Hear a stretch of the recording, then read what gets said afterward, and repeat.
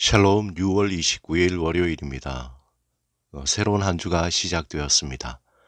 이 시간 시편 80편 14절에서 15절을 통해 우리를 돌보시는 하나님을 찬양하며 성령님께 이 시간 온전히 인도해 주시도록 간구하겠습니다.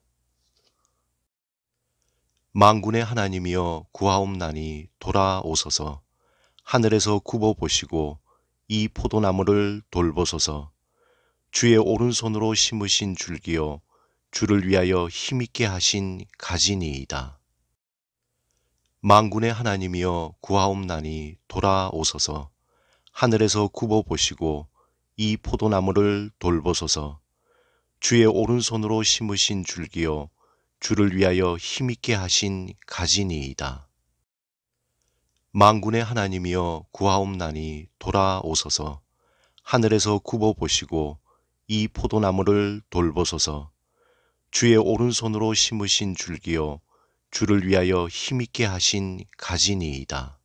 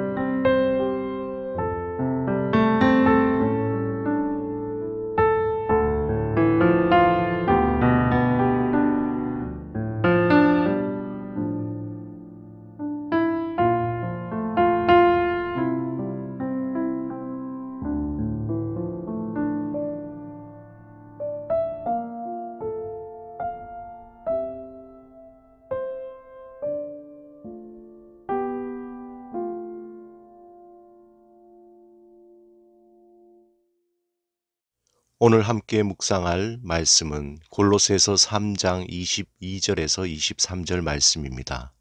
오늘 말씀을 통해 우리에게 들려주시는 주의 음성을 듣겠습니다. 함께 말씀을 3번 읽습니다. 종들아 모든 일에 육신의 상전들에게 순종하되 사람을 기쁘게 하는 자와 같이 눈가림만 하지 말고 오직 주를 두려워하여 성실한 마음으로 하라. 무슨 일을 하든지 마음을 다하여 주께 하듯 하고 사람에게 하듯 하지 말라.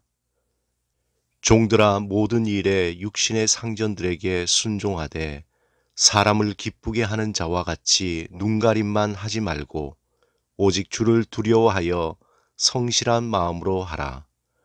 무슨 일을 하든지 마음을 다하여 주께 하듯 하고 사람에게 하듯 하지 말라.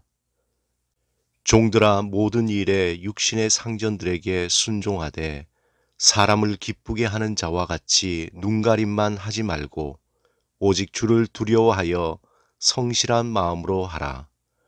무슨 일을 하든지 마음을 다하여 주께 하듯 하고 사람에게 하듯 하지 말라. 아멘. 재즈 음악의 거장인 루이 암스트롱은 그의 곡 얼마나 멋진 세상인가에서 그는 세상에 가장 멋지고 아름다운 세상이 화려하고 군림하는 것에 있는 것이 아니라 매우 소박하고 평범하며 지극히 일상적인 삶에 있다는 것을 말해주고 있습니다. 일상은 우리의 삶을 열매 맺게 하는 소중한 씨와 같습니다. 대부분 신실하지 못한 사람의 특징 중에 하나는 항상 대단한 것을 계획한다는 것입니다. 비전과 몽상의 차이는 어디에 있을까요? 비전은 구체적인 그림이 있습니다.